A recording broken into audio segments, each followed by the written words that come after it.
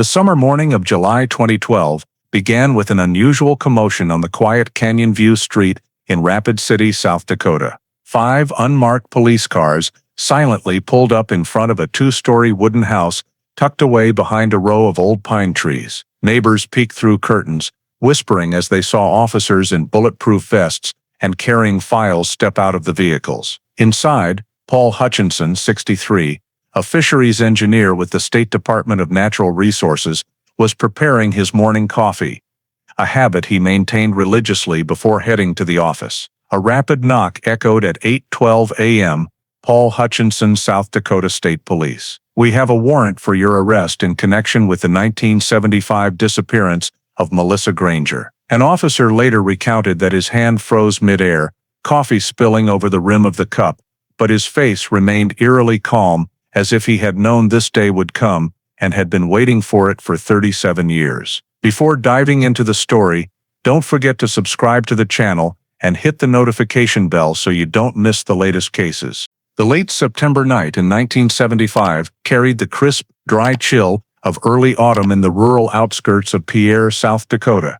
On the dirt road leading to the highway, fog from the Missouri River rolled in, draping a white veil over the freshly harvested cornfields. In the small wooden house on the edge of town, a quiet argument was unfolding between 17-year-old Melissa "Missy" Granger and her mother. It wasn't a big fight, just a gentle reproach for Missy coming home late and forgetting to clear the dinner table. But in a moment of youthful impulsiveness, her gaze darkened, her voice choking.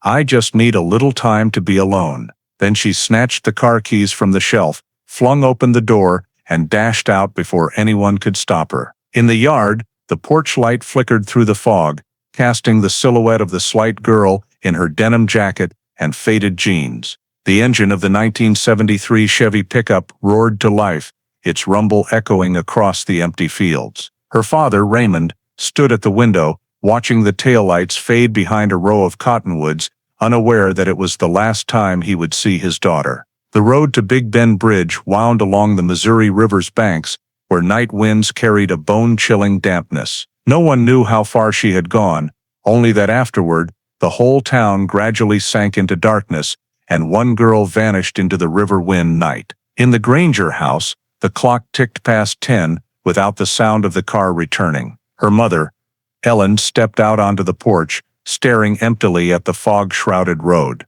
Her father called Missy's best friend's house, then the gas station she often stopped at.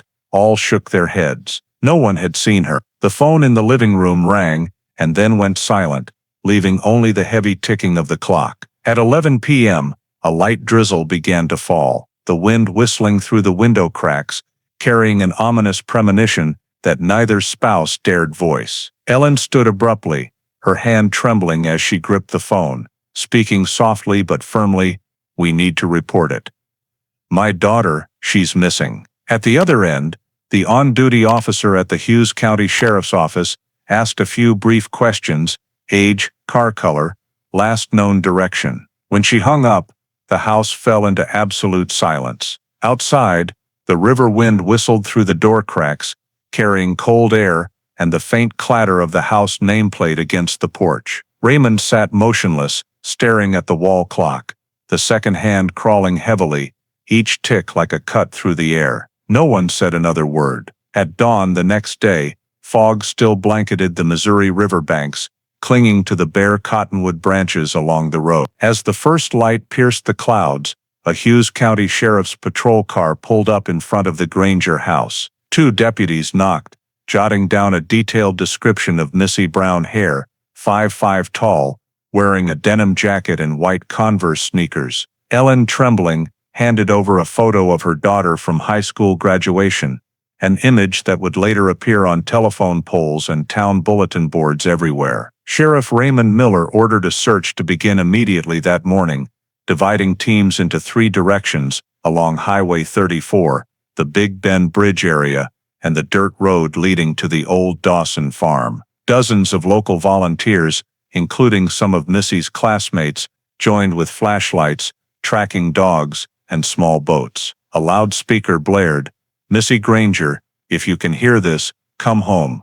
Your parents are waiting for you." But instead of a response, There was only the sound of waves lapping and wind rustling through the reeds. Around noon, one of the search teams spotted tire tracks leading down a grassy embankment by the river, not far from Big Bend Bridge. The impressions were deep, indicating the vehicle had stopped there while the ground was still wet. As the group approached, they saw fresh mud streaks on the concrete road, as if the car had just been turned around. A few meters from the water's edge, something glinted in the light. It was a broken side view mirror from a 1973 Chevy pickup, matching the Granger family's description. Moments later, a shout rang out, "I found the car!" The vehicle lay tilted on the damp ground, tail facing the river, front end still shrouded in fog. The driver's door was ajar, headlights off, but dashboard lights faintly glowing, the battery nearly dead. When deputies opened the door, the driver's seat was smeared with dried mud, the floor sticky with water and wet grass. No signs of struggle, no blood, just one white Converse sneaker on the passenger seat, laces still tied. On the gear shift, the cassette radio had been yanked out, half in and half out. A young deputy noted, "No person, no personal items, no wallet, no purse." They cordoned off the area, setting stakes and photographing the scene with Polaroid film. Beneath the crushed grass to the left of the car, there were impressions from large truck tires, running parallel to Missy's tire tracks. A forensics technician bent down for a quick measurement and noted, possibly an agricultural truck, size 10R16. But due to time constraints and lack of equipment, the detail was overlooked, merely logged in the preliminary report. As the search expanded to a 500-meter radius around the bridge, they found fresh skid marks leading down to the riverbank, about 2 meters long. Deputies speculated that Missy's car might have skidded when she stopped. By afternoon, the fog thickened again. Rescue teams deployed small boats on the Missouri River, dropping anchors to drag for a body. The current was swift and murky, the setting sun turning the water into a dark metallic ribbon. Sheriff Miller stood with arms crossed, gazing over the bridge railing, his face etched with unease. If she went in, the body would drift toward Chamberlain, but nothing so far. He told a local reporter standing nearby. A sigh, then the rain began to fall lightly. By 7 p.m., the search was called off for the day. Over 40 people had combed the riverbanks, trails, gas stations, and nearby abandoned houses to no avail. Not a single other trace besides the car. Deputies filed a preliminary report, concluding, no evidence of foul play detected. High likelihood the victim slipped or drove into the river, the Grangers protested, begging to expand the search, but the teams were exhausted after one day. A tow truck hauled the Chevy back to headquarters for examination, while Big Bend Bridge sank into darkness, only yellow headlight reflections shimmering on the water. That night, in the watchroom, young Deputy Keith Rowe folded the temporary file and sighed. A 17-year-old girl vanishes, leaving behind just one shoe. No one knew that in the thin report he had just filed, there was a small detail that would be forgotten for nearly 4 decades. A hastily scrawled line in blue ink, large truck tire tracks parallel behind victim's vehicle, unverified. And from that moment, Missy Granger's disappearance officially entered the shadows of South Dakota history, where silence, once again, proved stronger than the truth. The second morning after finding Missy's car, fog still blanketed the Missouri riverbanks. The small town of Pierre seemed to hold its breath waiting for news.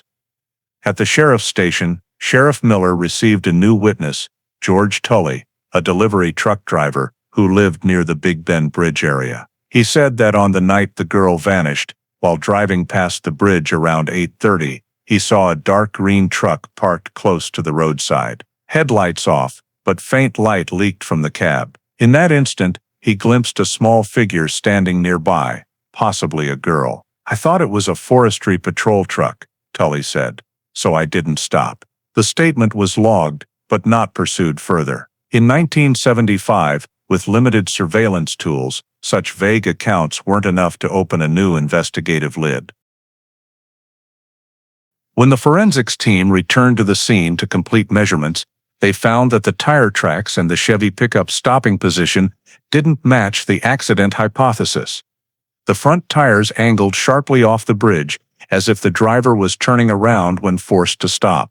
Under the chassis, the mud was compressed heavily to one side, indicating impact from behind. Forensics technician Keith Rowe noted, "Impression not natural, possibly pushed or rammed." But his report was relegated to an appendix, not deemed significant. Under pressure to close the case quickly, Sheriff Miller simply said, "No blood, no signs of struggle, no witnesses. We have to be realistic." In the file, the case remained labeled Possible River Fall Accident. That afternoon, a volunteer discovered a small piece of nylon rope snagged on the bridge railing at a spot of rusted metal. The rope was just a few inches long, frayed and tightly twisted in the middle, as if it had been yanked hard. It was bagged as evidence, numbered #12. No one saw it as an important clue. Fiber analysis of synthetics back then was nearly impossible, and the tiny rope was quickly forgotten. No one imagined that it would later become the most damning piece of evidence in the case. As the search entered its second day, the rescue teams were weary. A tall, lanky man appeared, introducing himself as Paul Hutchinson, a fisheries engineer with the South Dakota Department of Natural Resources. He said he knew the terrain around the bridge and could help identify currents and drift directions. Miller accepted, glad for the expert assistance. Hutchinson quickly proved his familiarity with the area. He brought a map, pointing out eddies and secondary flows, guiding the boat team along the riverbank. He spoke in a low, measured tone, always ending sentences with a faint smile. If she slipped in, the body would catch at the southern bend. "I'll help find her," he said. Everyone saw him as a good Samaritan, eager to help. That day, Paul Hutchinson stayed with the rescue team all morning.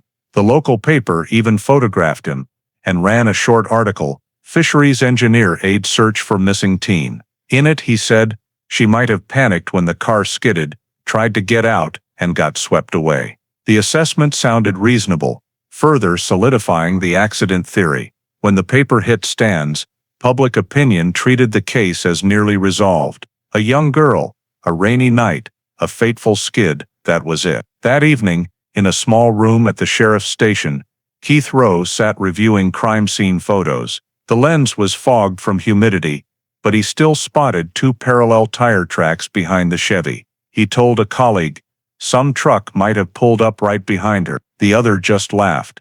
"Keith, don't complicate it. She went in the water." Rowe fell silent, but in his personal notebook, he wrote, "Large truck tire tracks, unverified."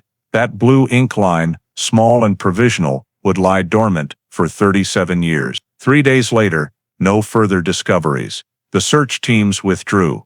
The final report concluded, no signs of crime. Victim likely fell into the Missouri River and is missing. The sheriff's office sealed the area, and Big Bend Bridge returned to quiet. Autumn winds whistled through the steel railings, as if whispering something left unsaid. The Granger family protested vehemently, pleading to continue the search, but budgets were exhausted, manpower fatigued. Ellen sat on the front porch, gazing toward the foggy river where her daughter had vanished. Raymond still trudged along the riverbanks, clutching a map and the remaining shoe found in the car, believing she was still out there somewhere. Meanwhile, at the station, the missing person Melissa Granger file was folded shut, pinned to a gray folder, stowed in a steel filing cabinet in the basement. No one mentioned the green truck, the nylon rope, or the parallel tire tracks anymore. Everything stopped, as if the whole matter had concluded. But in the damp, cold darkness of the archives, those pieces of evidence lay waiting for someone patient enough to look back at it all and realize that accident had never been an accident. In the days after the official search ended, the scene around Big Bend Bridge lay abandoned, with only a few wooden stakes and faded yellow police tape fluttering in the wind. The Hughes County Investigations Unit proceeded with evidence collection and wrapping up unfinished procedures. A small technical team was sent to gather mud samples, tire impressions, and the nylon rope noted in the inventory list. But instead of sending them for analysis, they just photographed them, measured sizes, and dumped everything into a single plastic bag without individual numbering. The soil samples got mixed, contaminated with river water and tow truck oil, rendering later analysis meaningless. No detailed descriptions of depth, direction of compression or mud structure, elements that could prove the car was pushed or slid on its own. The large truck tire tracks, the only suspicious detail, were dismissed as source unidentified. In the investigations unit's temporary office, a series of crime scene photos were developed from Polaroid film. Most were blurry, light-struck or cropped, missing key angles. No wide shots of the bridge area, just a few close-ups of Missy's car from too near. A technician sighed. No one kept standard focal-length originals. Back then, local law enforcement lacked specialized cameras and standardized photo protocols. When the film dried, the archivist trimmed the edges and stuffed them into an envelope, unwittingly cropping out a small distant figure that, if enlarged later, might have been the green truck. The nylon rope, the small but crucial piece of evidence, was sloppily wrapped in a paper bag, unlabeled, unsealed. A month later, when transferred to storage, the end had dried brittle and cracked. The accompanying mud sample had molded over, ruined completely. Sheriff Miller glanced at the inventory, frowned, but didn't request re-examination. A missing girls case wasn't enough to justify extended analysis costs, especially with no signs of crime. In that era's bureaucracy, only homicides with bodies or clear suspects got sent to the state forensics lab in Sioux Falls. Missy's case was ranked at the lowest priority. Meanwhile, the Granger family refused to let go. Raymond brought photos of the car, pointing to a small dent on the rear and asking, if it was an accident, why is the tail pushed bent? No one answered. Ellen repeatedly visited the sheriff's headquarters, demanding an expanded investigation, checks downstream, federal missing persons alerts. Every request was denied for lack of suspicion of crime. One deputy even said bluntly, "Ma'am, your daughter might have run away. Teens do that sometimes." Those words were the final knife to the mother's heart. In the internal summary of November 1975, the case was downgraded to a routine missing persons file. The temporary warning signs around the bridge were removed. The evidence, the nylon rope, mud samples, Polaroids, and notes on the truck tire tracks, was boxed into a cardboard container, labeled Case 75M 214, Missing Person, Likely Accidental. The box was placed on the fourth shelf in the basement archives, where hundreds of other minor cases stacked up. No one spoke of Missy Granger anymore. In the weeks that followed, the Missouri River swelled. Winter came early, coating Big Bend Bridge in a thin layer of ice. Beneath that cold water, all tangible traces of the night of September 20th gradually washed away. Only the intangible remained, the unspoken suspicions. Keith Rowe, the young forensics technician, and the only one still thinking about it, quietly kept a copy of a crime scene photo for himself. He wasn't sure what he had found, but deep down, Rowe knew something was off. Elsewhere, Paul Hutchinson returned to his routine survey work. He submitted a report to the Department of Natural Resources, ending with Big Bend area, stable, no significant changes. That report was signed just 4 days after the search halted. No one noticed the detail, nor did anyone ask why a fisheries engineer was frequently in the bridge area on the night Missy vanished. By the end of 1975, the case was officially pulled from active investigations. The 17-year-old girl's missing persons file closed in silence, reduced to a few lines of dry text and ruined evidence. But deeper in the story, beneath the dust of time, a chain of administrative errors, subjectivity and apathy had buried the one chance to uncover the truth. And from that forgotten file pile, 4 decades later, the small pieces of evidence, the nylon rope scrap, the blurry photo, the tire tracks, would become the most powerful indictment against the man who once stood at the edge of Big Bend Bridge on that windy night.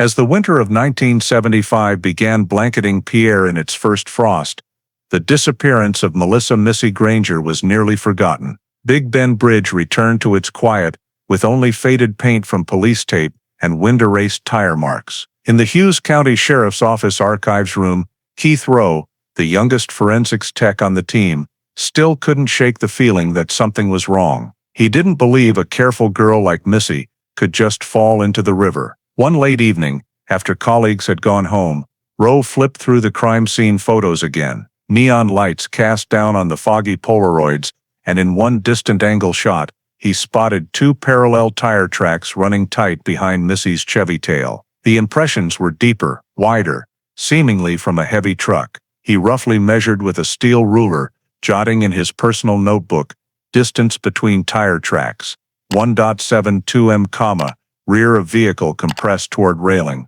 signs of push or ram. Rowe planned to report it to superiors, but the next day when he presented it, Sheriff Miller cut him off. "Keith, case is closed.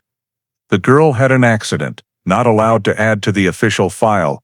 Rowe tore the note from his notebook and slipped it into a separate envelope. "If I'm wrong, no harm, but if right, maybe someday someone will need it," he murmured as he folded it. That scrap of paper, just a few handwritten lines, would lie dormant for 37 years in his personal files until it became the key to reopening the case. At the time, another detail also slipped into oblivion. During the initial investigation, the South Dakota Department of Transportation reported a maintenance camera at the head of Big Bend Bridge, recording nighttime truck traffic. The film inside could have captured the time of Missy's disappearance. However, when deputies followed up, the maintenance workers said the device had malfunctioned after a prior rainstorm and the film was no longer intact. No one verified the claim, and the footage was listed as unavailable. Weeks later, it was lost in a warehouse transfer. Not even Miller followed up on retrieving it. Years later, when the case reopened, old inventory records showed the film canister was actually still sealed in the DOT warehouse, but moldy and unrecoverable for images. If examined back then, it might have turned George Tully's green truck statement from a ghost in the file to hard evidence. When scene cleanup wrapped up, Big Bend Bridge reopened to traffic. All road closed signs were taken down, leaving just scraps of yellow tape stuck to the rusty railing. On the riverbank, rising water washed away the last tire tracks. Sheriff Miller sent the final report to the state. Melissa Granger disappearance, high likelihood accident, no crime evidence. The file was archived under missing person, likely accidental. An archivist scrawled the date in red ink on the envelope corner. Closed December 15, 1975. The Granger family continued private searches through the winter, but to no avail. When snow began falling thick on the river, Raymond paused, gazing at the bridge one last time before turning homeward. To him, it was surrender. To the sheriff's office, it was the close of a seemingly simple case. While everyone else moved on, Keith Rowe kept the habit of occasionally opening the basement steel cabinet, staring at box file #214. He didn't know why he still remembered, only that every detail felt too neat, as if someone had arranged for nothing suspicious to remain. He folded the tire track note and tucked it into his personal documents before leaving the department in 1984. 10 years later, he moved away, and no one remembered the young forensics tech who once stood on that bridge in the cold night, wondering, if not an accident, then who was behind the girl. And so, for the next 37 years, everything that could be said about the case remained only in a small scrap of paper, a lost film reel, and a bridge still silently spanning the Missouri River. From early 1976, the disappearance of Melissa "Missy" Granger officially fell into oblivion. Box file MP-214, with its few blurry Polaroid photos, the dried and broken nylon rope, and a handful of brief reports, was placed on the fourth shelf in the Hughes County Sheriff's Office basement archives. Outside, a hastily stuck paper read, "Closed, missing person likely accidental." Over time, dust accumulated thickly, and those who had participated in the initial investigation transferred or retired. Everything related to Missy gradually vanished from the town's memory, as if she had never existed. In the years that followed, no one reopened the file. A few young officers, assigned to organize the archives, saw her name in the list, but no one wondered. They only knew that MP stood for missing person, and 214 was one of hundreds of unsolved disappearances. For the investigative agency back then, the absence of a body meant no crime. The exhibits, poorly preserved, quickly deteriorated. The nylon rope dried out and crumbled as humidity seeped through cracks in the concrete walls. The mud and tire samples hardened in glass jars, molding and cracking their lids. The crime scene photos faded, the details blurring to the point where it was impossible to distinguish the car from the bridge. No one thought that these inanimate objects could one day speak again. As for Paul Hutchinson, the man who had enthusiastically joined the search for Missy, his life took a different turn. Just 1 year after the incident, Hutchinson requested a transfer from Pierre, taking a new position at the South Dakota Department of Game, Fish and Parks in Rapid City. His personnel file listed him as a Missouri River Survey engineer, a job that took him along rivers across the western part of the state. At the new agency, Paul was regarded by colleagues as meticulous, quiet, mild-mannered, and efficient. No one knew that 37 years earlier, he had been one of the last people standing on Big Bend Bridge the night the girl vanished. Meanwhile, in the town of Pierre, time faded everything. The bridge was repaired, its rusted railings replaced. The younger generation grew up hearing about Missy's disappearance only through half-believed stories from their parents. Whenever someone brought it up, the tale was condensed to "there was a girl who fell into the river, and the police never found the body." Her name no longer appeared in news bulletins or newspapers. The Granger family moved out of state in the early 1980s, carrying a pain that was never closed. They left behind the old wooden house, where the door frame still bore the nail marks from Ellen's scratches on the night she called to report her daughter missing. Many years passed, and file MP 214 remained dormant. Each heavy rain, water leaked from the storage ceiling, soaking the cardboard cover with brown stains. Some small pieces of evidence, like the nylon bag containing the rope scrap, or the note about the truck tire tracks, went missing during the agency's warehouse transfer in 1993. No one knew where they had gone. Only a copy of Keith Rowe's note, the young forensics technician from back then, was kept in his personal files elsewhere. By the late 2000s, the last people who had worked alongside Miller also left the force. The old filing cabinets were sealed and renumbered. The name Melissa Granger was just a faded line in the technical index, sandwiched between hundreds of other minor cases, road accidents, disappearances, petty thefts. If someone searched the system in 2010, the only note that came up was "no new lead since 1975.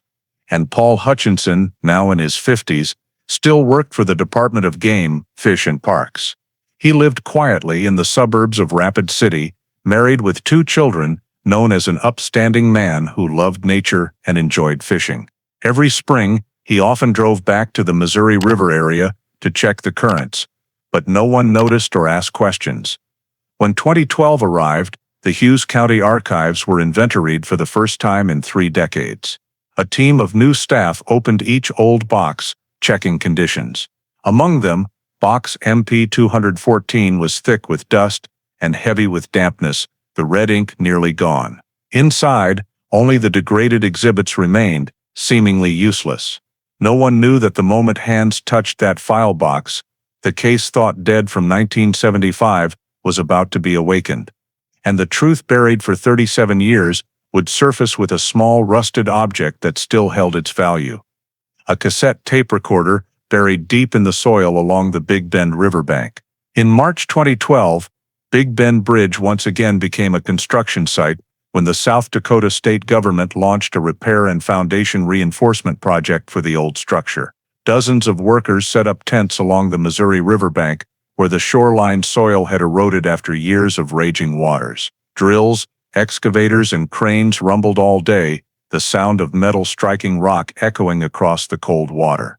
None of them knew that right beneath the soil they were digging, a secret had lain dormant for nearly 4 decades. On the morning of March 12th, while clearing the downstream foundation section of the bridge, a worker named Eddie Larson hit something hard with his shovel. He thought it was scrap metal, but when he picked it up, The mud flaked off to reveal a small, old, rusted metal box with a stuck lid. Eddie was about to toss it, but the site supervisor, a civil engineer, noticed the contents seemed intact and reported it to the inspection team. When the box was opened, everyone was stunned. Inside was a Sony TC-55 cassette tape recorder, a common model from the 1970s, covered in damp clay but still in its original shape. On the body was a yellowed piece of masking tape with faded but legible handwriting, property of M. Granger. The name Granger jolted the supervising engineer. He was a local and vaguely remembered the story of the young girl who had gone missing years ago. He immediately reported it to the Hughes County Sheriff's Office. That afternoon, the item was sealed in an evidence bag and transported to the State Forensics Lab in Sioux Falls for analysis. At the lab, audio technician Laura Henning received the recorder. Though badly damaged, the internal cassette tape was intact. She carefully removed it, dried it with compressed air, then scanned it through a demagnetizing machine. After 2 days of recovery, faint audio signals appeared on the oscilloscope. Henning adjusted frequencies, filtered noise, and amplified the mid-range, and then, amid a long stretch of static, a trembling female voice emerged. "I'll come home. I just need a little quiet. I'm at Big Bend Bridge." Then came the wind whistling through the microphone, the steady lapping of water, followed by a low, raspy male voice, interspersed with footsteps. "Hey, calm down. Don't go there." Immediately after, the sound distorted abruptly, a metallic clatter, a sharp slam like a car door being yanked open, then silence. The tape ended with 7 seconds of absolute quiet before the cassette stopped turning. Laura Henning froze. She played the recording over and over, each time feeling a chill down her spine. The report was drafted that night, concluding, "Recovered audio suggests presence of 2 individuals, potential distress situation. Possible evidence of abduction." A copy was sent to the Hughes County Sheriff's Office the next morning. When he received the report, Sheriff Dan Miller, who had been in office less than 2 years, couldn't believe his eyes. He was born in Pierre and had heard his father tell stories about Missy Granger's disappearance like an old tale. Now that tape, found right where she vanished, had returned like testimony from the past. Miller immediately called the South Dakota Division of Criminal Investigation, DCI, and requested sealing the Big Bend Bridge scene for further sweeps. Within a 20-meter radius of the discovery site, the tech team found a few rusted metal fragments, possibly from the recorder body, along with a thin piece of copper wire like headphone cord. News of the find spread quickly through the town. The local paper, the Pierre Journal, ran a big headline. "Old tape found near Big Bend may hold clues to 1975 disappearance." Public opinion was divided. Some believed it was a real lid. Others thought it mere coincidence. But for Miller, all doubts had to be verified. He called an emergency meeting at the sheriff's headquarters, ordering the MP 214 file, the disappearance closed since 1975, reopened. On March 15, 2012, the old file was brought up from the basement. The cover was rotten, the red ink nearly faded. When opened, Miller saw the yellowed Polaroid photos, the crumbled nylon rope scrap, and a few stained notes. Among them, a strange handwritten page, not in the main file, a brief line in blue ink, large truck tire tracks parallel behind victim's vehicle, unverified. At the bottom, signed K. Rowe. Miller didn't yet know who the writer was, but it made him uneasy. It seemed someone had suspected something once, but never got to say it. That afternoon, Miller sent all the old evidence to the State Forensics Lab for re-examination. He also contacted the FBI for voice analysis support to identify the male voice on the tape. It was the first time in 37 years that Melissa Granger's name was back on South Dakota's priority investigation list. As night fell, Miller stood on Big Bend Bridge, gazing at the black, churning water below. He thought he could still hear a faint metallic echo in the wind, the sound that had played on the old tape. For the first time in his career, he clearly sensed that this disappearance had never ended. It had only waited long enough for the living to look back. And the next morning, A new note was written on the first page of file MP 214.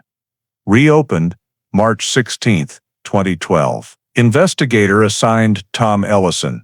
3 days after the file was reopened, Sheriff Dan Miller decided to bring in an outside expert for assistance. He knew the local force, with limited equipment, couldn't handle a 37-year-old audio exhibit. The person he had in mind was Tom Ellison, a veteran investigator from the LAPD Cold Case Unit, freshly retired and relocated to Rapid City not long before. Ellison was renowned in investigative circles for reviving dead cases, especially through voice, audio, and circumstantial evidence. When Miller called, he said simply, "There's an old disappearance in Hughes County. A tape just surfaced.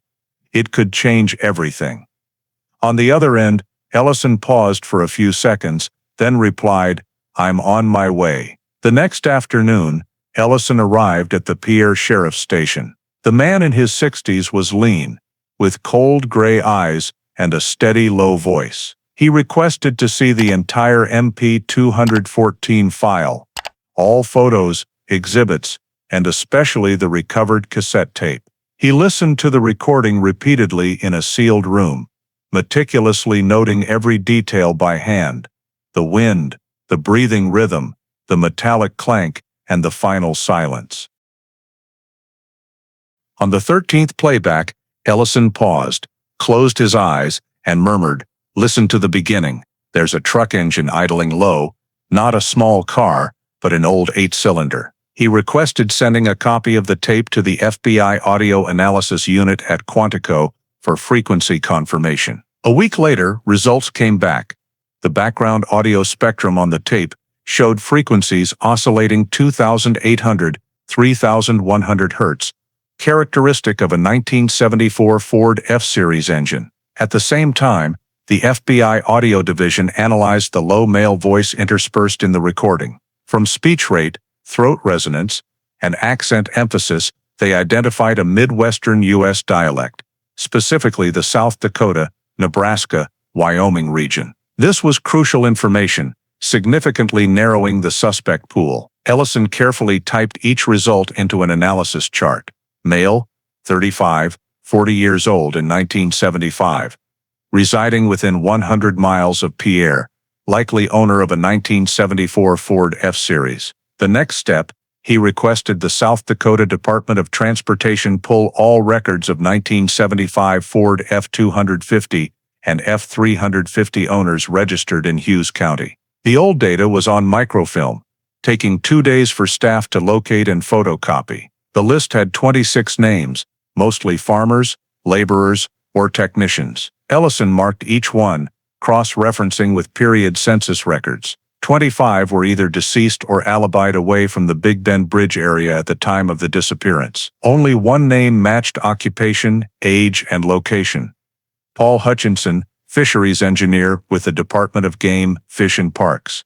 The man who had joined the 1975 search team. Ellison requested a pull of Hutchinson's work records. In the archived file from that year, he discovered a suspicious detail: in the exact week Missy vanished, Hutchinson was assigned to survey Missouri River water levels near Big Bend Bridge. The end of the report had a handwritten note: observation point, South Pillar, 8:45 p.m. That timestamp matched precisely with the window when Missy left home and disappeared. Ellison held the paper, silent for a long time. "He was there," he said, his voice hoarse. To verify, Ellison met with George Tully, the witness who had reported seeing a dark green truck near the bridge. Though in his 70s, Tully remembered clearly, "I only caught a glimpse, but it was a big Ford, long hood. I'd driven one, so I know that heavy even engine sound." When Ellison showed archival photos of 1974 Ford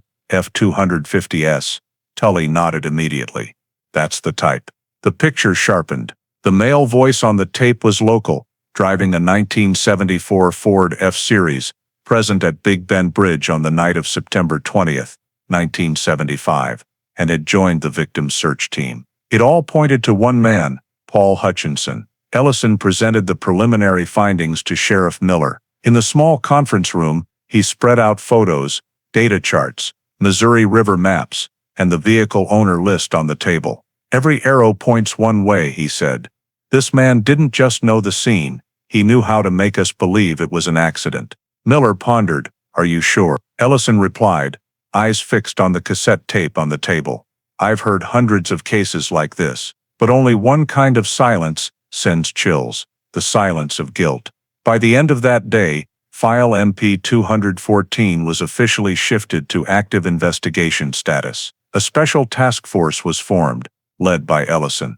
Objective: find physical evidence linking Paul Hutchinson to Melissa Granger's car. 37 years later, the girl's name echoed again in the Hughes County Sheriff's conference room, this time, not as a missing person footnote, but as a promise to pursue the truth to its end. After identifying Paul Hutchinson as the standout name on the list of 26 1974 Ford owners, Tom Ellison began gathering every document related to him. He sent a subpoena to the South Dakota Department of Game, Fish and Parks, where Hutchinson had worked, requesting work records from 1976. 3 days later, a thick file arrived at the Hughes County Investigations Office. Amid the pages of river flow surveys, water level logs, and technical maps, Ellison spotted a detail that made him pause. A 1973 Missouri River map had numerous handwritten red ink notations. At the south edge of Big Bend Bridge, exactly where Missy's car had been found, there was a small circle beside which SP09 was written, with an arrow pointing to the riverbank. Below the mark, in smaller different handwriting, "Deep Pit, 14 feet." Ellison examined the map under the light, then photographed it and sent it to handwriting forensics.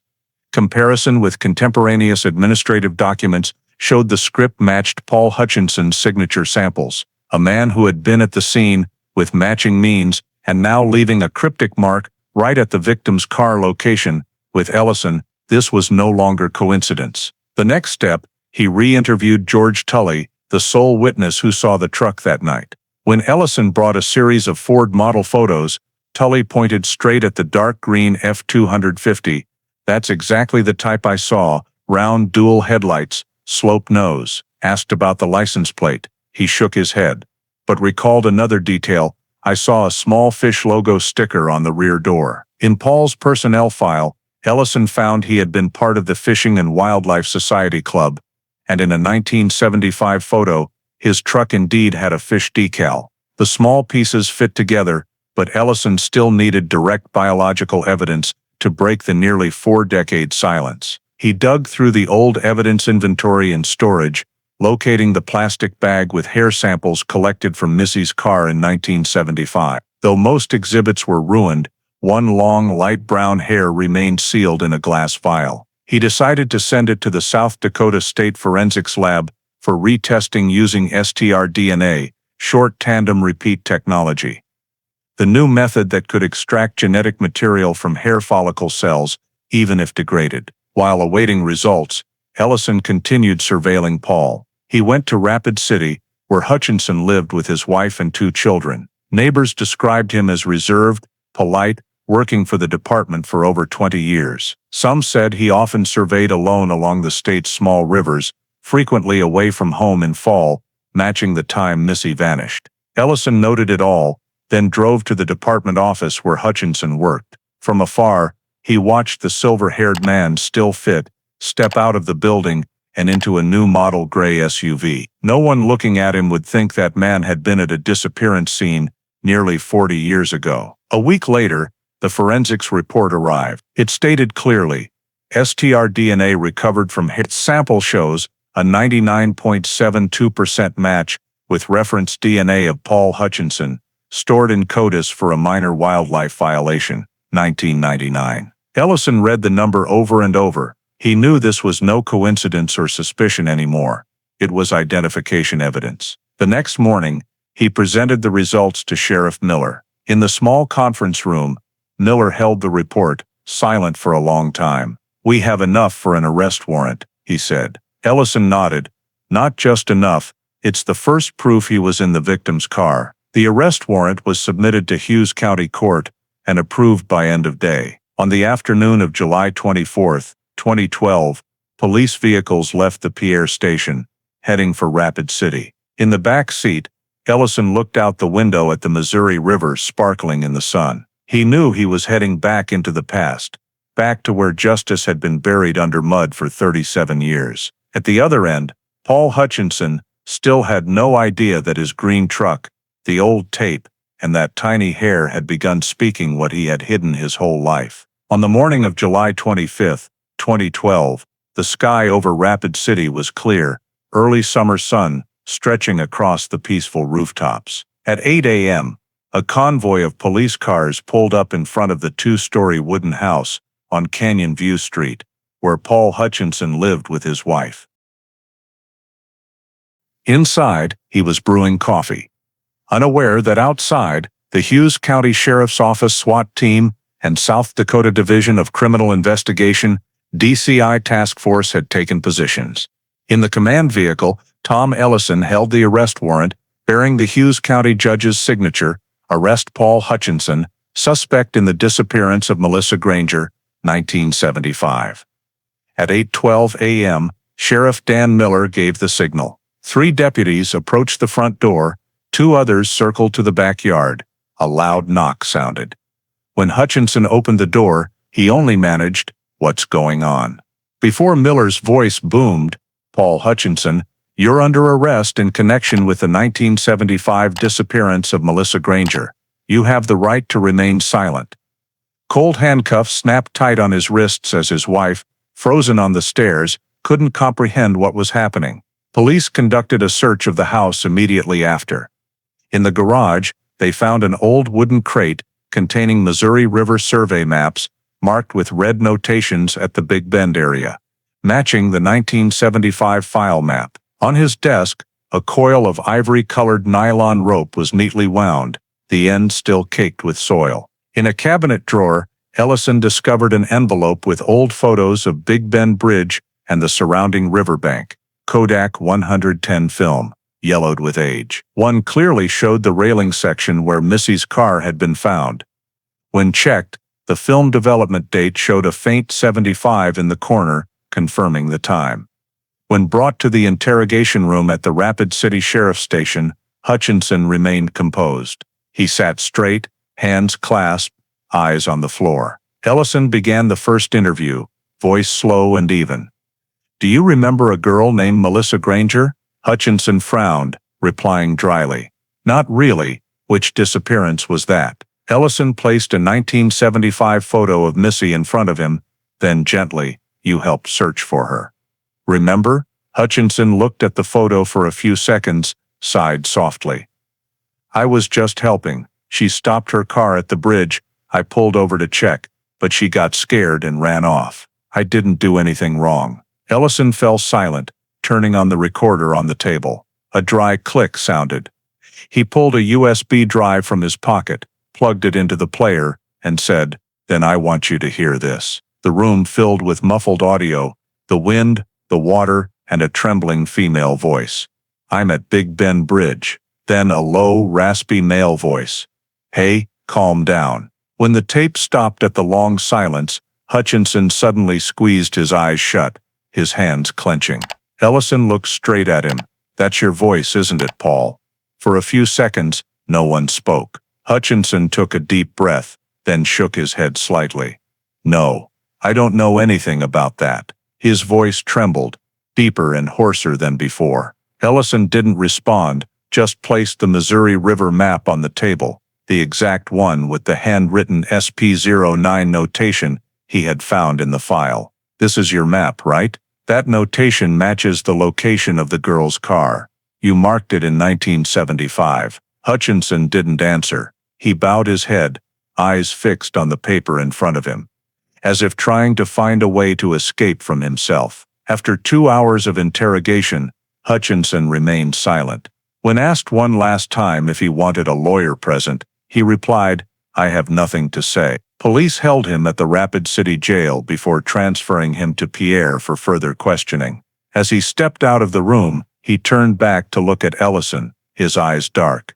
"You think you understand everything? You don't know anything." On the drive away from the station, Ellison looked out the car window. Afternoon sun shone on the distant black hills. He didn't say it to anyone, but deep down he knew the investigation had only just begun. They had caught the man involved, but there was no confession yet, no body, and no end. Still, for Ellison, a case frozen for 37 years had begun to thaw.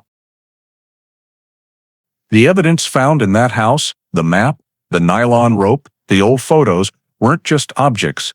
They were reminders that the truth had never vanished, only waiting for someone patient enough to listen when it spoke. A week after Paul Hutchinson's arrest, the special investigation team led by Tom Ellison began the most critical phase, reconstructing the scene and simulating the entire events of the night of September 20th, 1975. The goal wasn't just to verify Hutchinson's accident claim, but to determine exactly how Melissa Granger left her car, voluntarily or forcibly. To do that, they decided to use modern 3D crime scene simulation technology, something that hadn't existed in the 1970s. In the large room of the South Dakota State Forensics Center, the old photos were rescanned, and the Missouri River terrain maps and Big Bend Bridge were digitized. Engineers rebuilt the entire area as it had existed in 1975. The narrow concrete road surface, rusted iron railings, low grassy embankment leading to the water, and the bridge's terrain before any expansions. The model displayed the position of Missy's car based on the tire tracks and mud marks recorded in the old file. Combining archived weather data from the National Weather Service, Ellison obtained the wind speed, rainfall amount, and river current direction for the night of the incident. When the simulation played on the large screen, the image appeared clearer than ever. Missy's Chevy pickup stopped at an angle toward the railing, 27 degrees off the road axis, a position a normal driver couldn't create when stopping, unless pushed or turned abruptly. Tire skid moment analysis showed impact force from behind at about 4 to 5 mph, enough to unbalance the vehicle, but not strong enough for major collision damage. This fit the hypothesis that another vehicle had pressed close to the rear, then backed off, leaving the two parallel tire tracks overlooked in the 1975 report. The next step, the tech team simulated headlight angles. They used similar 1973 model lights, placed at the exact position and intensity. In the reconstruction screen, light from Missy's car angled into the railing, not straight ahead, meaning the vehicle had been rotated a quarter turn from the bridge direction. This further proved she couldn't have stopped normally, because at that angle, the driver would have to countersteer to straighten the car, not exit while tilted like that. But the strongest evidence came from the audio on the cassette tape. The FBI Tech Division collaborated to reanalyze low frequencies under 250 Hz, the range hard for human ears to detect. In that spectrum, they found a sequence of 3 short metallic sounds, spaced 0.6 seconds apart, matching exactly the sound of opening and closing a 1973 Chevy pickup door. The next audio was wind shifting direction, then light water slapping, as if someone stepped out of the car approaching the railing. No second footsteps or door slam, meaning Missy didn't open the door and step out herself, but was pulled out while the door stayed open. Ellison stood before the screen, arms crossed, eyes fixed on the 3D model. "Rewind the frame 3 seconds," he said. When the image reversed, it became clearer. The Ford F-Series, Hutchinson's truck type, stopped parallel behind the Chevy, nose offset to the left. If the Ford's driver's side door opened, they would stand less than 2 meters from Missy, exactly the distance the audio analysis had determined. "That's the perfect position to approach, talk, then suddenly subdue," Ellison murmured, almost to himself. An experiment was conducted immediately after. The investigation team borrowed a 1973 Chevy pickup and a 1974 Ford F-250, bringing them to the actual bridge area, positioned per the model specs. When the Ford approached the Chevy's rear at slow speed and made light contact, the front vehicle immediately tilted 25 degrees, just like the angle recorded in the reconstruction. The Ford's driver door opened, and the person under the streetlight was less than 2 steps from the front car door. The entire process was recorded with infrared cameras, and when compared to the original audio tape, The small impact sound and bridge vibration matched almost perfectly. The simulation results showed the most plausible scenario. Missy stopped her car at Big Bend Bridge, possibly to rest or listen to music. Hutchinson, then on a survey drive, spotted it and pulled up behind.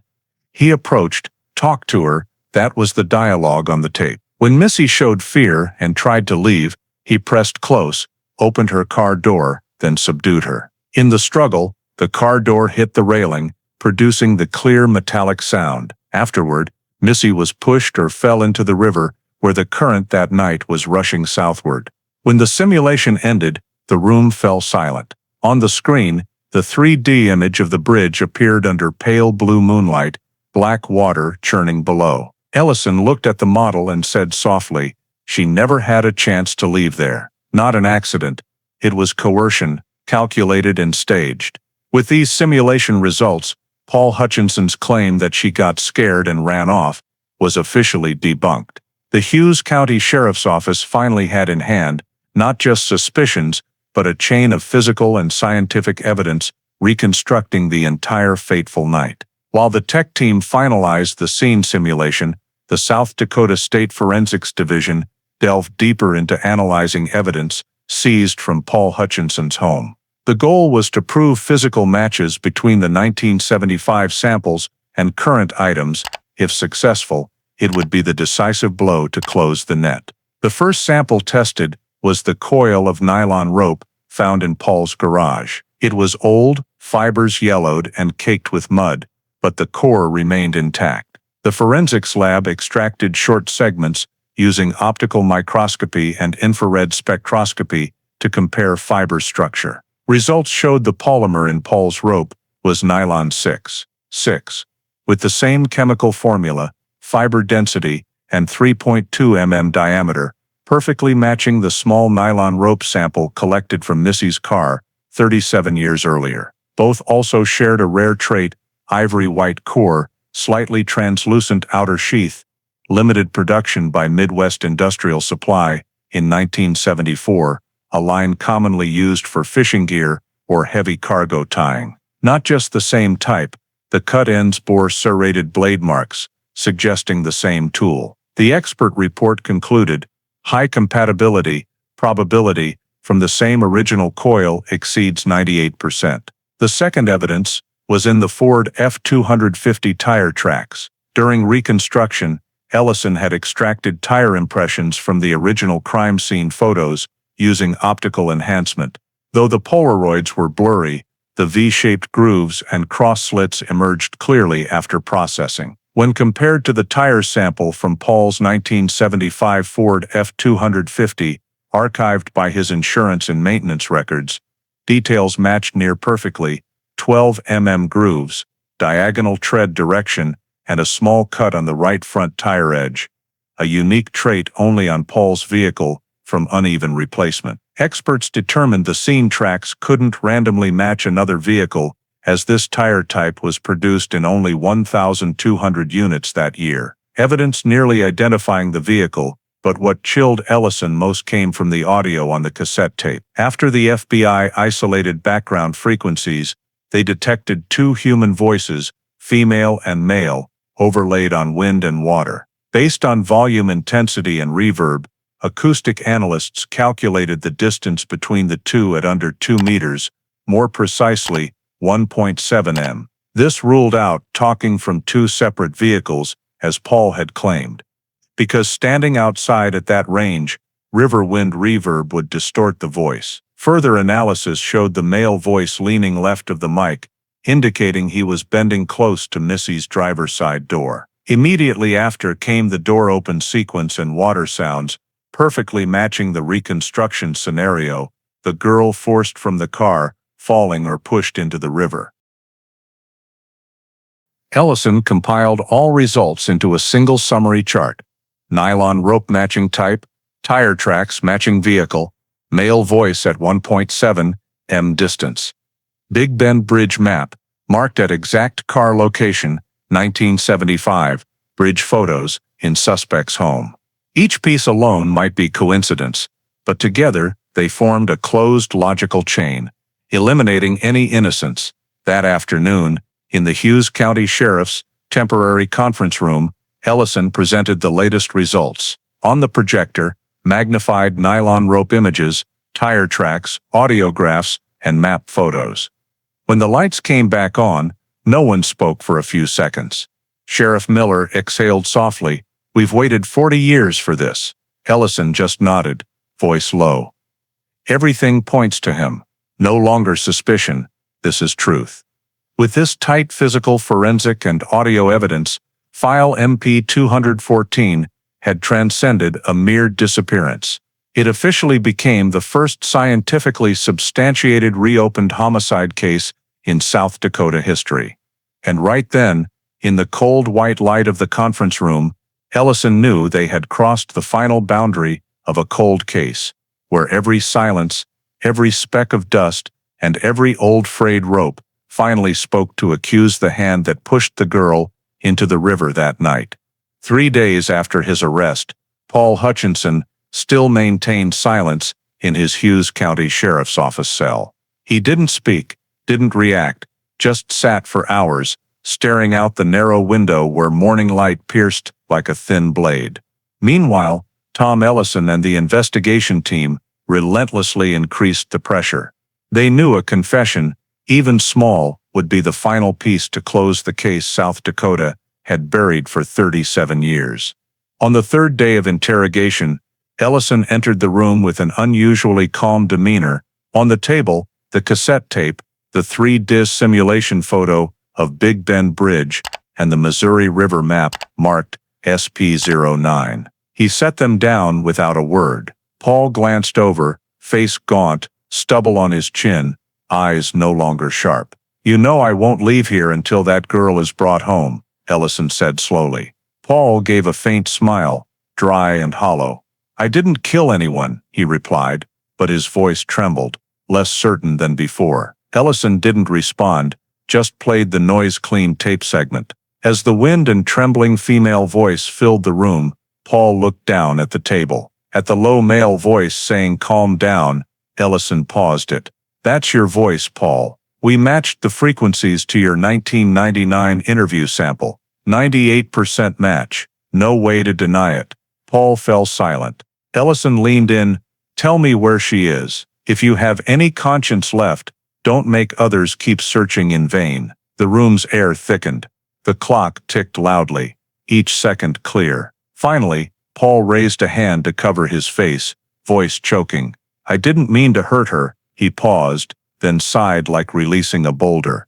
"That night, I was surveying the current. Saw the car stop by the bridge, door open, lights on. The girl was standing there, crying. I pulled over, asked if she needed help. He looked up, eyes sunken. She told me to leave her alone, but she was shaking, scared. I just wanted to talk, calm her down. I grabbed her hand. She jerked away, slipped. His voice faded. Then she fell into the water." Ellison stared. "And instead of calling for help, what did you do?" Paul closed his eyes slightly, tears falling. "I panicked. I thought no one would believe me. I tried to find her, but the current was strong. At dawn, I walked the bank, and I saw her caught in a shallow river branch. I didn't know what to do. I brought her to shore, then buried her temporarily in the silt bank." His voice broke. "I didn't want her seen as a victim. I just wanted it to go away." When Ellison asked for the exact location, Paul traced it with a trembling hand on the map. Downstream, about 2 miles from the bridge, where the old river bend is now silted in, near the big rock outcrop with the cottonwood tree. After the statement, he slumped forward, murmuring, "I knew you'd go there. I wasn't planning to hide it forever." That afternoon, the forensics and investigation team immediately headed to the site Paul described. The area was now a wild riverbank, thick with grass, covered in nearly a meter of silt. Technicians used ground-penetrating radar, GPR, and metal detectors to scan for anomalies. Just 2 hours in, the radar detected a dense reflective zone about 90 centimeters below the surface, with a clear old burial pit shape.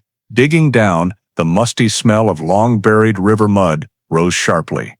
Beneath the silt and gravel layer, a faded blue cloth fragment emerged. Later identified as part of the denim jacket Missy wore the night she vanished. Digging further, the forensics team uncovered human remains lying on their side, surrounded by shattered bone fragments and a short nylon rope segment still knotted around the wrist. Beside it, they found a silver bracelet engraved MG matching the 1975 report description. Ellison stood a few meters from the pit, watching the body bag lifted from the ground. The Missouri River churned slowly behind, wind carrying cold air and damp earth scent, like breath from the very night the girl vanished. He said nothing, just bowed his head. After nearly 40 years, Melissa Granger had finally been found. The remains were transported immediately to the South Dakota State Medical Examiner's office in Sioux Falls. Technicians began analysis, determining sex, bone dating, DNA comparison to Ellen Granger's blood sample. Missy's mother, now living in Nebraska, results in 24 hours. DNA matched perfectly. With this discovery, the case file officially changed status. On the state investigation system, the entry read clearly, Case MP 214 status, homicide investigation, active. When the report reached the prosecutor's office, Sheriff Miller added just one short line at the end. Justice delayed, but not denied. That evening, Ellison drove back to Big Bend Bridge. Under silver moonlight, the iron railings glinted faintly. He placed a hand on the cold railing, closing his eyes to the steady water lapping. In his mind, the 1975 tape played again, the wind, the girl saying, "I'll come home," then silence. This time, Ellison whispered softly, "You're home now, Missy." At the South Dakota State Medical Examiner's office, identification of the body exhumed from the Missouri riverbank proceeded urgently. Chief Medical Examiner Dr. Marlene Stokes, with over 20 years in the field, personally oversaw the process. The skeleton was cleaned piece by piece, bones numbered, then fully x-rayed. Initial indicators showed female remains, age 16 to 20, height approximately 5'4", perfectly matching Melissa Granger's 1975 biological profile. When the forensics team compared dental structure, results confirmed absolutely 16 fillings and 2 crowns matched the dental records Missy's mother had provided years earlier. No doubt, the body was the girl missing for nearly 4 decades. The examination report stated succinctly, identity confirmed through dental comparison, 100% match. Next came the most crucial step, determining cause of death. On Missy's skull, the team found a 5 centimeters fracture at the occipital region from blunt force trauma, likely from the railing or car side. However, indicators in the fossilized rib bones and lung cavity showed signs of water inhalation before death, meaning she was alive when entering the river. After hours of analysis, the conclusion, cause of death drowning, accompanied by head trauma causing unconsciousness. The detailed report went to Hughes County Prosecutor Robert Keene, who handled major criminal cases. Reading the conclusion, Keene closed the file, murmuring to Ellison, "We're not talking accident anymore. This is murder." In that day's internal briefing, he announced charges against Paul Hutchinson, first-degree kidnapping and first-degree murder. Both were among South Dakota's gravest felonies, carrying maximum sentences of life imprisonment or death. While legal procedures finalized, the investigation team continued reviewing all evidence to bolster the indictment. The chain of physical, forensic, and audio data now matched perfectly. Nylon rope in victim's car matching type to coil in Paul's home. Tire tracks perfect match to his Ford F-250. Male voice on cassette tape, 98% frequency match to Paul's. And now, Missy's body found exactly where Hutchinson indicated. No piece missing. All affirmed Paul Hutchinson was the last to see the girl and the one who pushed her to death. On September 6, 2012, the prosecutor's office filed official notice with the Pierre Federal District Court requesting trial. In the South Dakota Division of Criminal Investigations electronic file, Case MP 214, shifted status, cold case solved, 2012.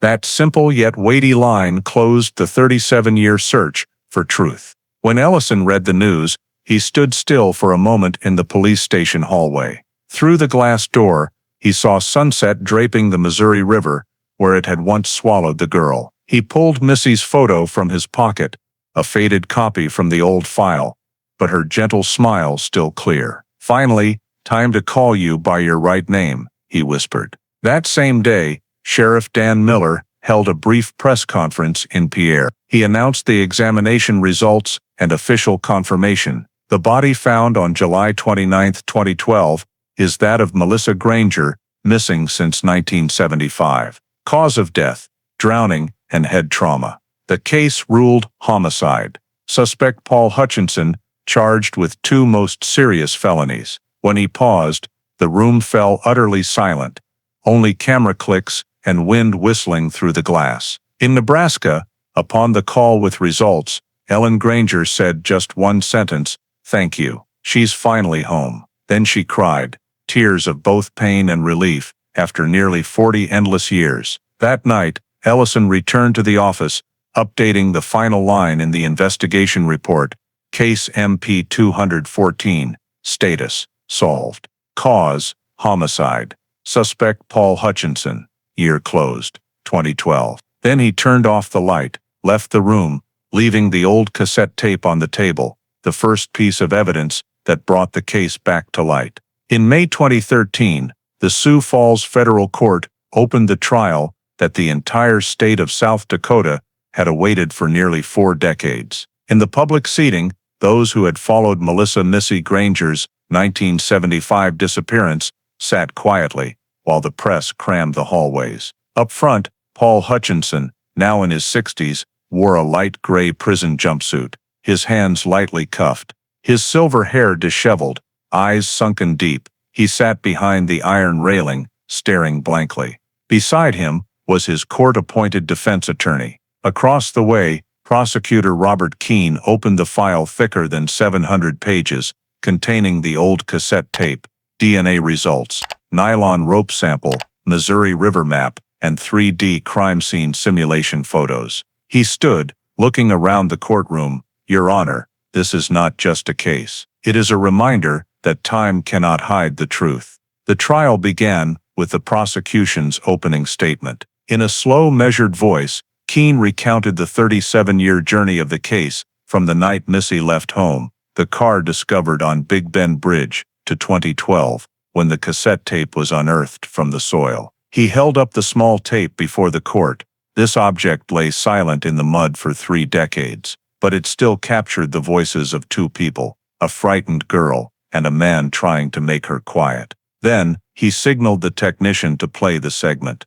The entire room fell into silence. Over the speakers rang the trembling female voice: "I'll come home. I just need a little quiet," followed by the low, raspy male voice: "Hey, calm down." It ended with the sound of a car door opening and water lapping.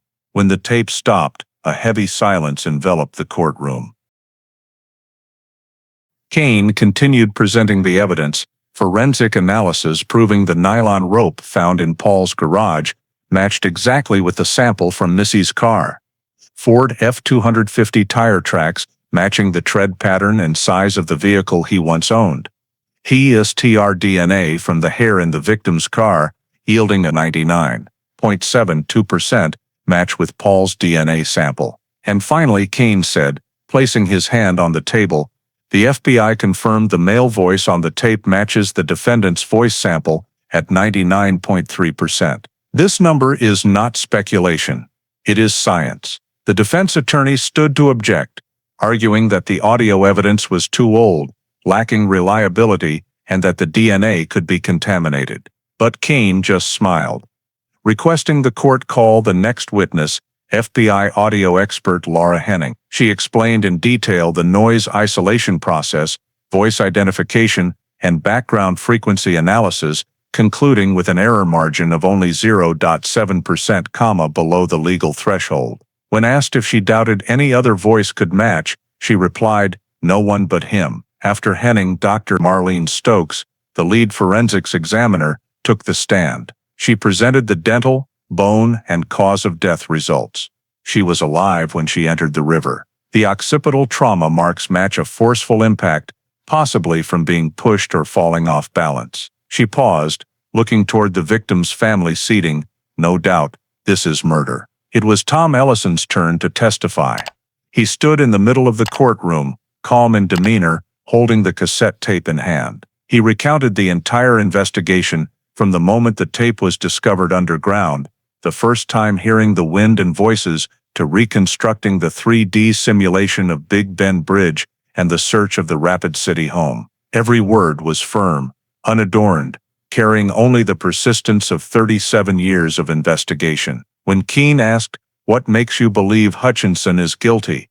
Ellison replied, "Because every piece of evidence points to one man, and because he knew exactly where the girl was found, something only the killer would know." The defense attorney tried to turn the tide, claiming Paul confessed only in a state of panic, with no intent to kill, and that Missy's death was a tragic accident. But the prosecution immediately countered, if it was an accident, why did he bury the body, hide evidence, leave town, and stay silent for 37 years? The question echoed through the room, unanswered. After 4 days of trial, the proceedings entered the deliberation phase. The jury of 12, 8 men, 4 women, retired to a closed room for 6 hours. The entire courtroom waited in silence. Finally, when the door opened, the foreman stood, voice resolute. "We find the defendant Paul Hutchinson guilty of first-degree murder and first-degree kidnapping." In that moment,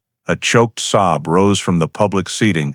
It was Ellen Granger, Missy's mother. She raised a hand to cover her mouth, tears streaming down. The judge read the sentence. Pursuant to South Dakota criminal law, defendant Paul Hutchinson is sentenced to 25 years in Sioux Falls State Penitentiary, with no parole for the first 20 years. This penalty reflects the severity of the crime, while acknowledging the cooperation in confession. When finished, Paul only bowed his head, saying nothing.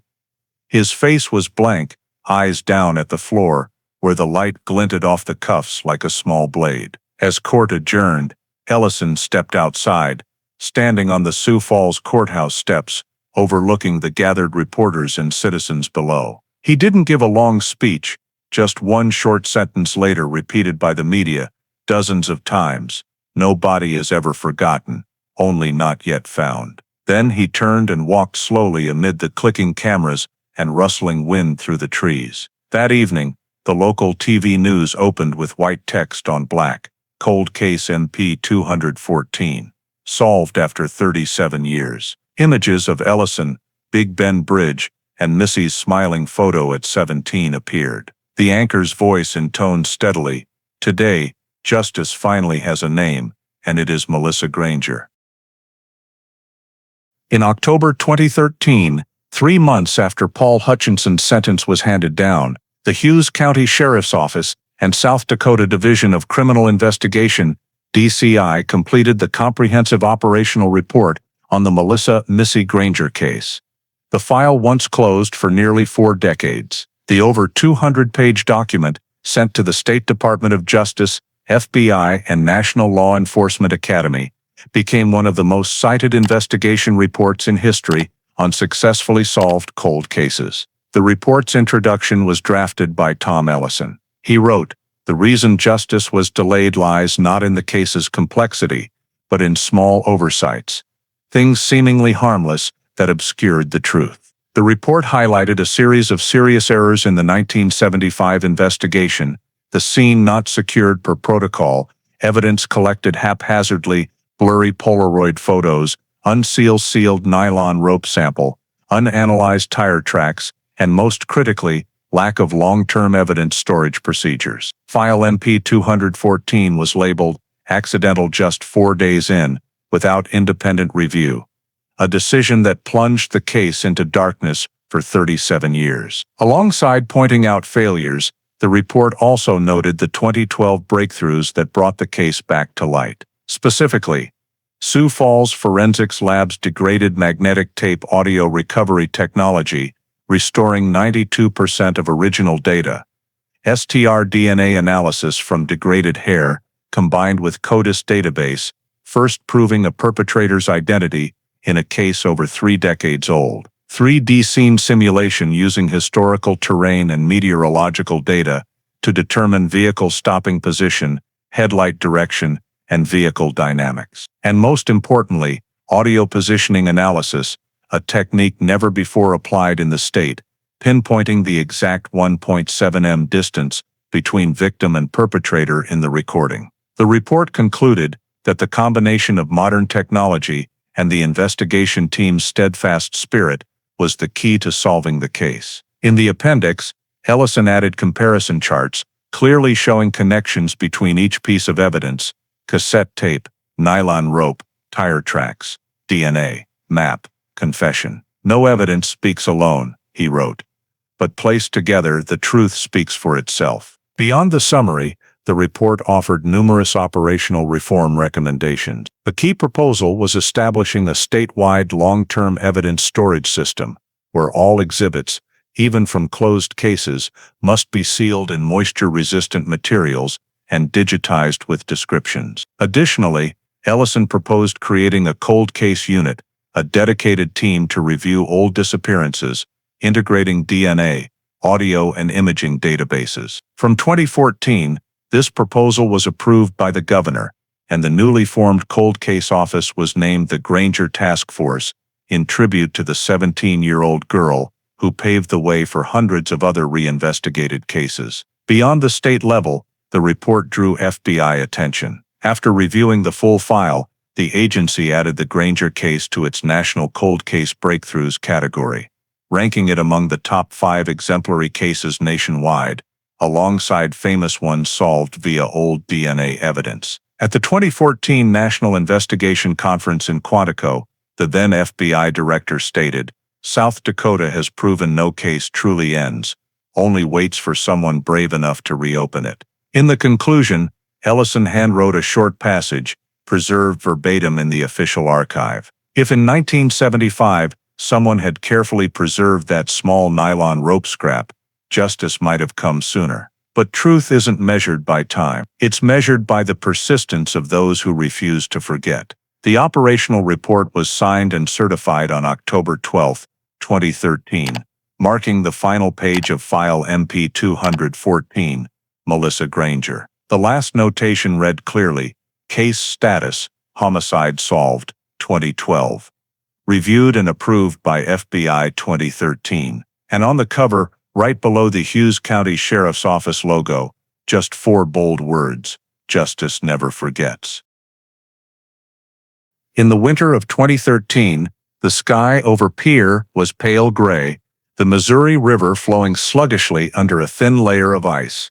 In the basement of the South Dakota State Crime Archives, a solemn ceremony unfolded in silence. On the table was a silver-gray file box, edged with a red label bearing bold lettering, Case MP 214, Solved 2012. Inside were the exhibits that changed the state's investigative history: the old Sony cassette tape, ivory-colored nylon rope coil, Missouri River map, with handwritten SP09 notation, and a few faded Polaroid photos. All were sealed, placed in a specialized metal cabinet, numbered sequentially, and with QR codes for lookup. When the steel door closed, the lock clicked dryly, marking file MP 214 officially archived forever, as proof that justice can come late, but never lost. In the final report to the State Department of Justice, Sheriff Dan Miller wrote, "All evidence has been cross-checked, certified,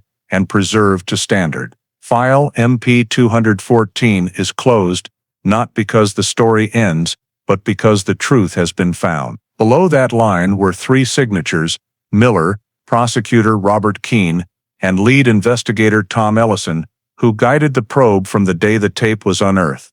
A copy of the file was sent to the FBI National Repository, archiving solved cold cases across America. On December 20, 2013, at the Hughes County Sheriff's headquarters, a small press conference announced the completion of all storage and case closing procedures. Behind the podium was a simple backdrop with white text: Melissa Granger, 1975-2012. Local press, officers, and some criminal justice students attended, all falling silent as Tom Ellison stepped up.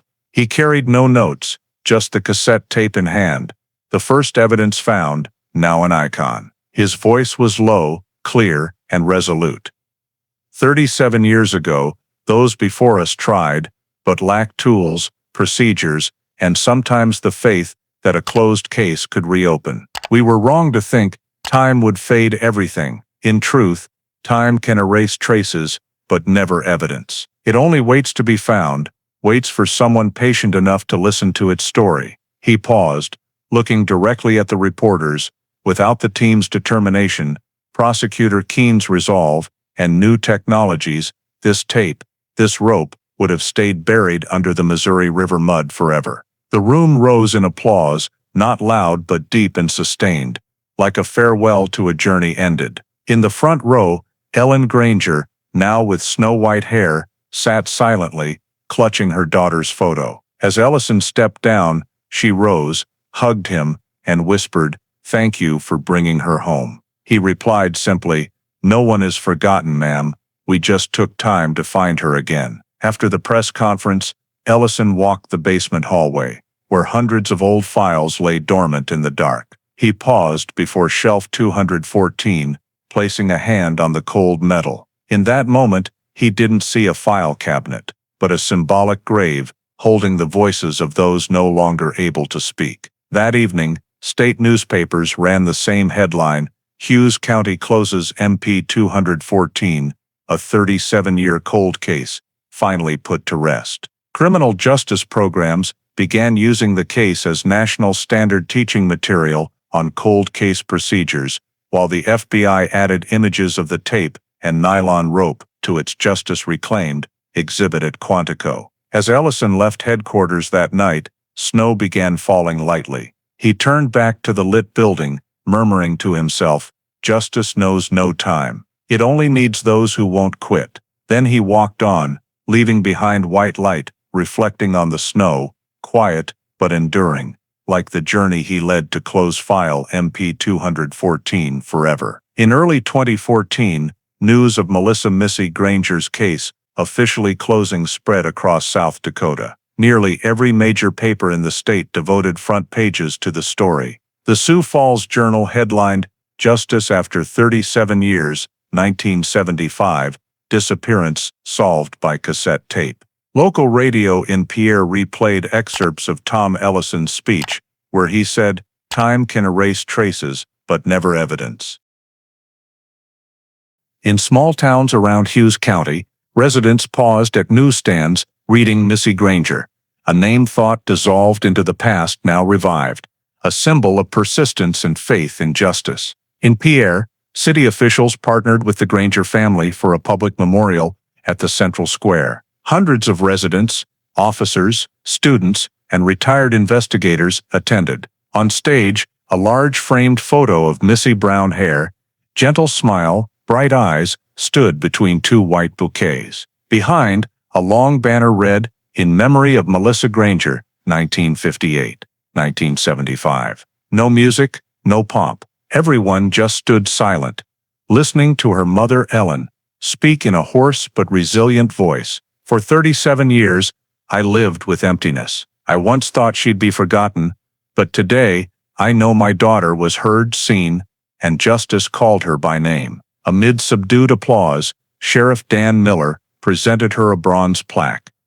"In memory of Melissa Granger," her voice echoes in the Missouri. The plaque was officially mounted on the south railing of Big Bend Bridge, where Missy vanished in 1975. At the unveiling, snow flurried over the river, weak sunlight glinting off the engraved words. From then, locals began calling the bridge by a new name, Melissa Bridge. The event held more than symbolic meaning. It sparked a community awakening. Many in Pierre, especially the older generation, publicly expressed outrage over the 1975 investigation's negligence. The Rapid City Herald wrote, "If those small pieces of evidence had been preserved properly, justice wouldn't have waited 37 years." A special state judicial council hearing convened, summoning former officers and forensics experts from that era to answer on old procedures. Though most retired, many bowed their heads admitting errors, including a former deputy sheriff who said on camera,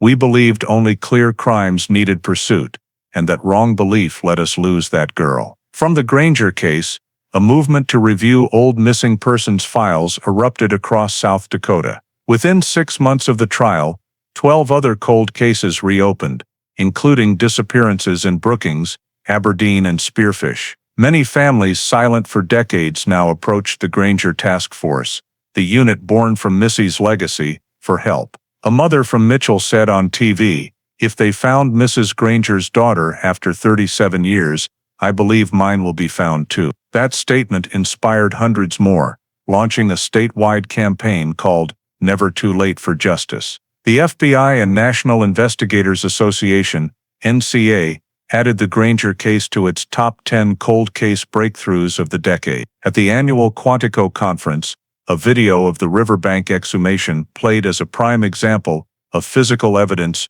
transcending time. Ellison was invited to speak. He didn't mention personal success, just said briefly, "What I'm proudest of isn't solving the case, but giving desperate people faith that justice can return." In Pierre, life gradually returned to calm, but no one crossed Melissa Bridge without pausing. Residents brought flowers, criminal justice students took notes, tourists stopped to read the plaque. Each year on September 21st, the day Missy vanished, the city held a candlelight vigil by the Missouri River, where pale golden lights reflected on the water, rippling like tiny flickering flames. In the quiet air, the MC read Ellison's words, now the motto for every investigator in the state: "No body is ever forgotten, only not yet found." The case's impact extended beyond legal realms. State universities added Case MP 214 modules to criminology curricula. Students learned to analyze old evidence, simulate audio, preserve exhibits. One class at the University of South Dakota even rebuilt Big Bend Bridge in VR technology, letting learners experience scene reconstruction firsthand. Beside the classroom wall hung Missy's smiling photo with the words, "She was found because someone refused to stop looking." That year's end, Tom Ellison retired. At his farewell, colleagues asked his final feelings on the case. He just looked out the window, where afternoon light reflected on the Missouri River, and said, "Justice comes late but still comes. In this river, truth was finally heard." That statement was later engraved on the memorial plaque by the bridge, right below Missy's inscription. From then, each sunset over Melissa Bridge, the bronze plaque caught the day's last light, reminding that, though time flows, justice has its own voice, and the Missouri River still tells the story of a 17-year-old girl, never truly forgotten. The story of Missy Granger reminds Americans today that justice doesn't come on its own, it needs human persistence and systemic discipline. A cassette tape dug up at the foot of Big Bend Bridge, a frayed nylon rope scrap, Ford F-250 tire tracks, a map marked SP09, and Ellison's words, "Time can erase traces, but not evidence," all show that small details, if preserved right, can alter fates. Practical lessons, one for families and communities: save and digitize every bit of info when a loved one goes missing. Call logs, messages, last locations, even gas station receipts. Report to police early and demand evidence receipts. 2 for government agencies and schools. Prioritize training on evidence preservation, from nylon ropes to scene photos. Invest in cheap yet effective tech, audio recovery, 3D simulation, what turned MP 214 from accident to homicide. 3 for citizens, support cold case units, open records laws, and backlog DNA testing funds. One right budget vote can spare families 37 years of weariness. 4 for young individuals, if needing quiet time like Missy, tell loved ones, enable location sharing, park in lit, populated spots, and if approached by someone unsettling, call 911 right there. Tech makes us stronger, but human vigilance, careful record keeping, and endurance give truth a chance to be heard. If you believe no truth stays buried forever, hit subscribe.